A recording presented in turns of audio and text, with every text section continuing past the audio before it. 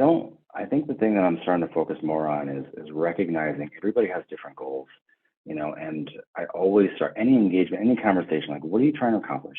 And sometimes like, well, I need more leads or business or revenue. And it's like, okay, once you get all that, what happens then? And they're like, uh, and that's normally what I'm trying to get at, because we can all figure out ways to make money, honestly. Like, that's not to say it's easy, but once you figure that out, it's like, okay, what are you actually doing beyond that? And so I think part of that question, of course, is, am I talking to the right person? There's decision makers and influencers, and you think you're talking to the right person until you realize, well, actually, our VCs are like, oh, okay, I actually need their input too. But I don't, it's interesting,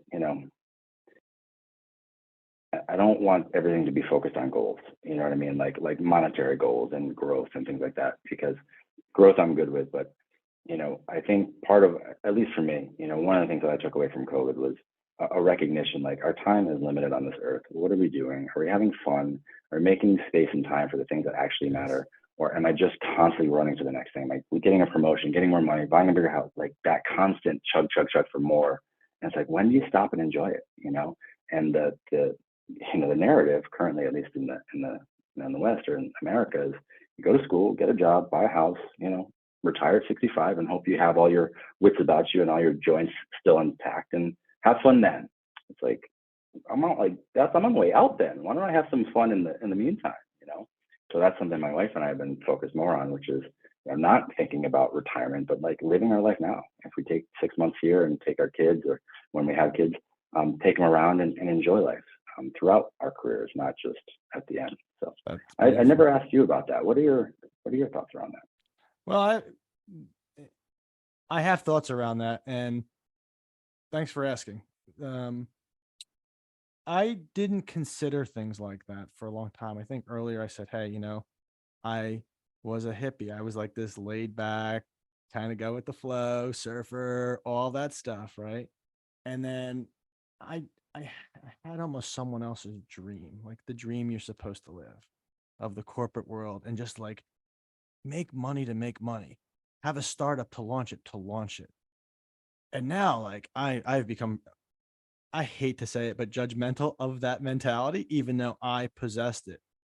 And I don't think I learned the beauty and truth of the other way until I worked with a sales coach, and who became my mentor. And also another individual named Carol Mahoney, who is going to be on the podcast very shortly. And she has a book coming out where it's, I can't remember the title of it, and she's going to get mad, but you can look her up. She's got the title, but it's Buy Her First. Actually, it is Buy Her First. And Carol always had a saying, it's not about you, and think about others. And my sales mentor taught me a lot about asking meaningful questions. And we worked together multiple times. And I think the second time we worked together, it got into working more with my team. And it actually had me consider training on sales. And a lot of the questions when we would do that would be like, hey, what are your goals? And it wasn't like your financial goals. Like, what do you want to do to motivate people? It's like, what do you want to do? What is it? Do you want to go to the video game conference? Do you want to be a streamer? What is it? Like, all sorts of stuff would come up, and we would align the goals around that. And people became motivated. They didn't necessarily stay at the company, but I was happy for them because their goals were fulfilled. And that made me feel good. And I started to recognize, this makes me feel good.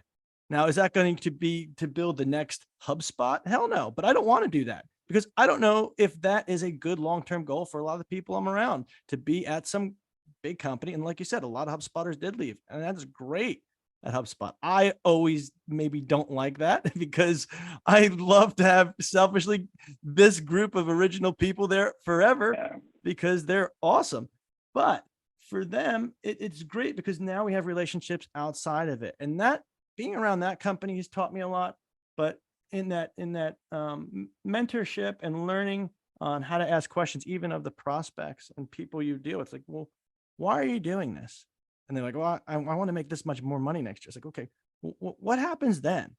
We would ask the questions on a website project. So we have to understand, like, what makes you tick?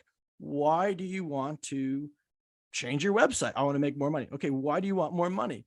And a lot of times when you continue to go and find out more, often it would be like, I want to make more money so I can retire and spend more time with the charity I work with. And then the question would become, what do your clients look like now? Can you get paid to help people in that way today? Or I want more time off and more vacation. And to me, ultimately, it's like all paths lead to a point.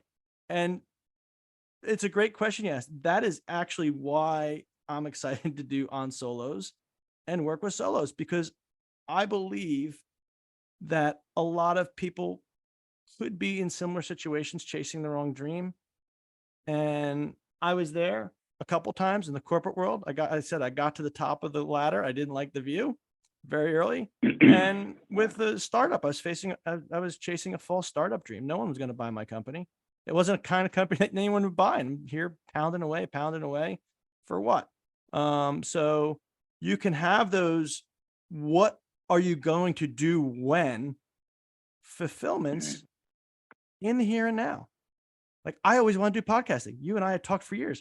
Let's do a podcast. Let's do a podcast. Let's do that. Now Here I we can are, do it. though.